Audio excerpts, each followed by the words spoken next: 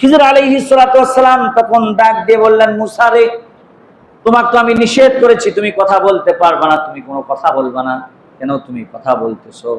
যখন মুসা আলাইহিস সালাম তিনি রাগ হয়ে বললেন যে আমার প্রশ্ন আছে, এই 3টি প্রশ্নের আমাকে উত্তর দিতে হবে।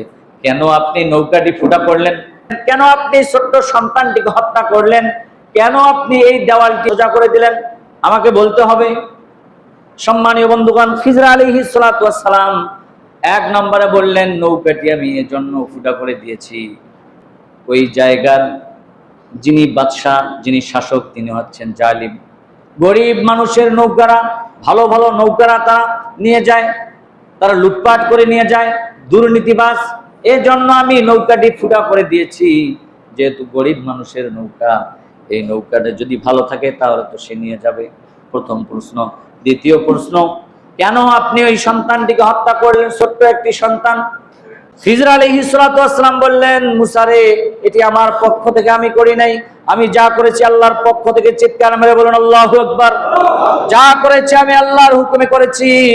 আমি ওই ছোট্ট সন্তানটিকে জন্ম হত্যা করেছি। ওই ছোট্ট সন্তানটি বড় হলে সে জালিম হবে, তার বাবা মাকে কষ্ট দিবে, বাবা মাকে প্রহার করবে, সে একজন জালিম হবে।